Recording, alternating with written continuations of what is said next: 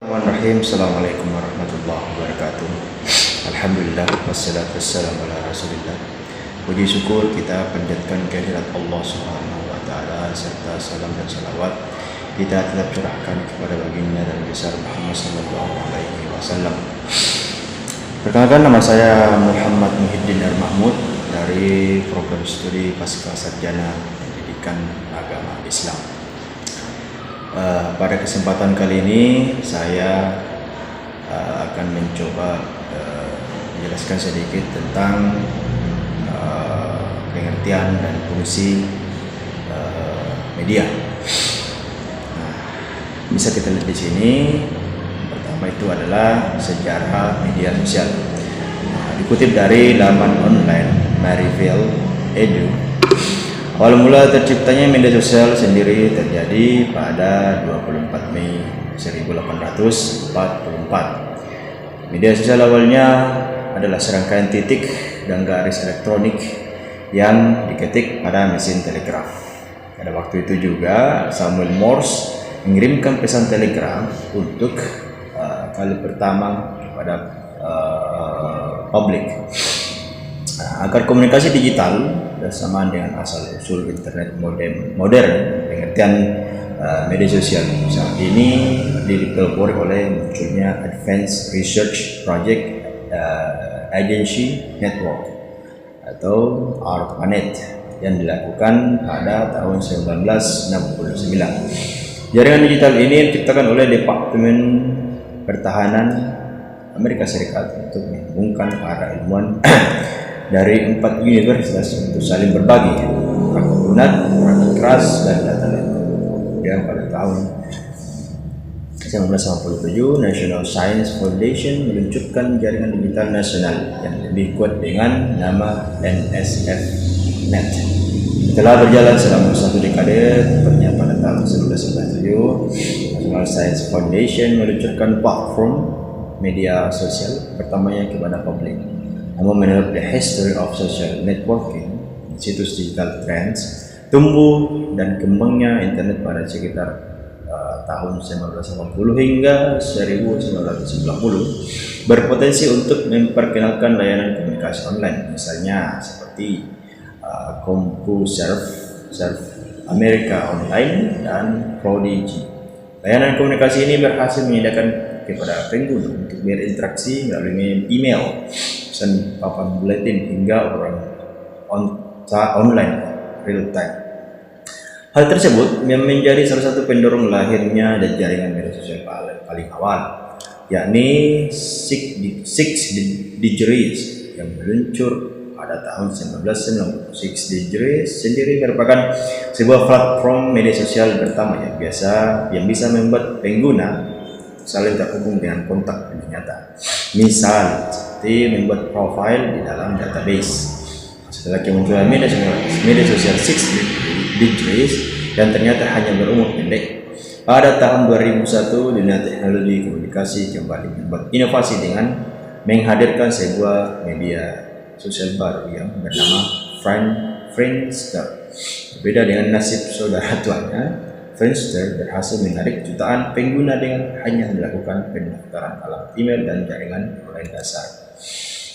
Selanjutnya, sementara itu sebagai salah satu bentuk awal yang lain dari layanan komunikasi media sosial, setelah diluncurkan pada tahun 1999, web blog atau blog yang bernama situs penertiban Live Journal mulai banyak diminati oleh banyak orang, mendapatkan popularitas yang tinggi. Sementara itu, berselang beberapa tahun, platform penerbit blogger yang dibuat oleh perusahaan teknologi Pira Labs secara resmi dibeli oleh Google pada tahun 2003. Pada tahun 2002, layanan jejaring sosial dari media sosial yang bernama LinkedIn berhasil menarik perhatian pengguna. Media sosial itu sendiri didirikan untuk para profesional yang sedang mengembangkan karir.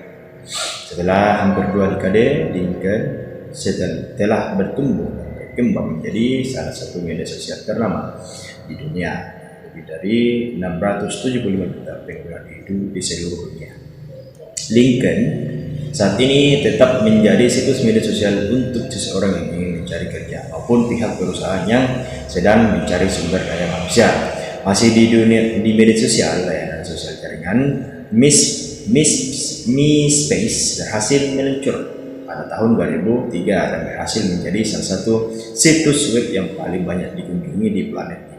Pada tahun 2006, media sosial ini menyediakan fasilitas agar pengguna dapat saling berbagi musik secara langsung di halaman profil mereka. Namun, tepat pada 2008, keperkasaan MySpace berhasil dikalahkan oleh Facebook yang bisa digunakan saat ini sebagai raksasa di dunia internet. Google juga pernah mencoba meluncurkan media sosial pada tahun 2012 dengan nama Google Plus. Hanya saja, media sosial ini tidak memiliki umur yang panjang. Telah dilaporkan melakukan pelanggaran keamanan data sekitar 500.000 penggunanya. Kemudian kita masuk di pengertian media. Kalau kita mendengar kata media, mungkin yang muncul di pikiran kita itu ada media sosial, media pembelajaran, media informasi, dan media masing-masing lagi. Kemudian media berasal dari bahasa Latin yang merupakan bentuk jamak dari medium, yang artinya berarti perantara atau pengantar. Maksudnya perantara atau pengantar dari sumber pesan ke penerima pesan. Media menurut KBBI adalah merupakan alat atau sarana komunikasi, perantara atau penghubung dari dua pengertian di atas. Sementara dapat disimpulkan bahwa media adalah sarana atau penengah untuk menyajikan informasi. Bahwasanya media adalah alat atau sarana yang menghubungkan antara pemberi pesan kepada penerima pesan.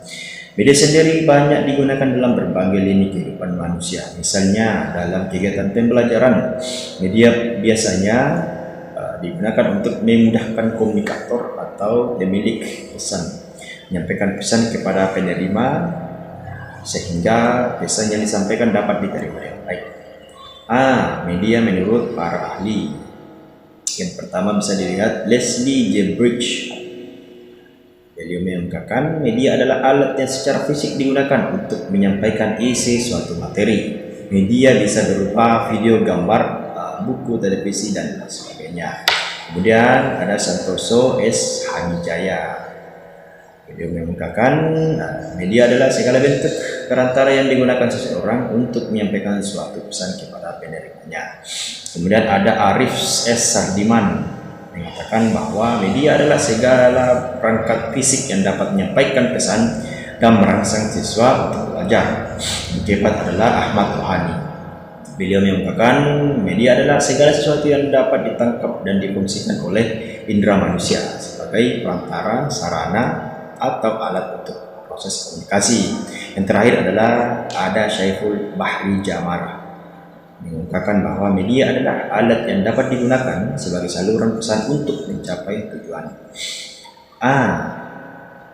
Secara umumnya media dibagi menjadi 4 macam, yaitu media visual, yaitu media yang dapat dilihat dan dibaca.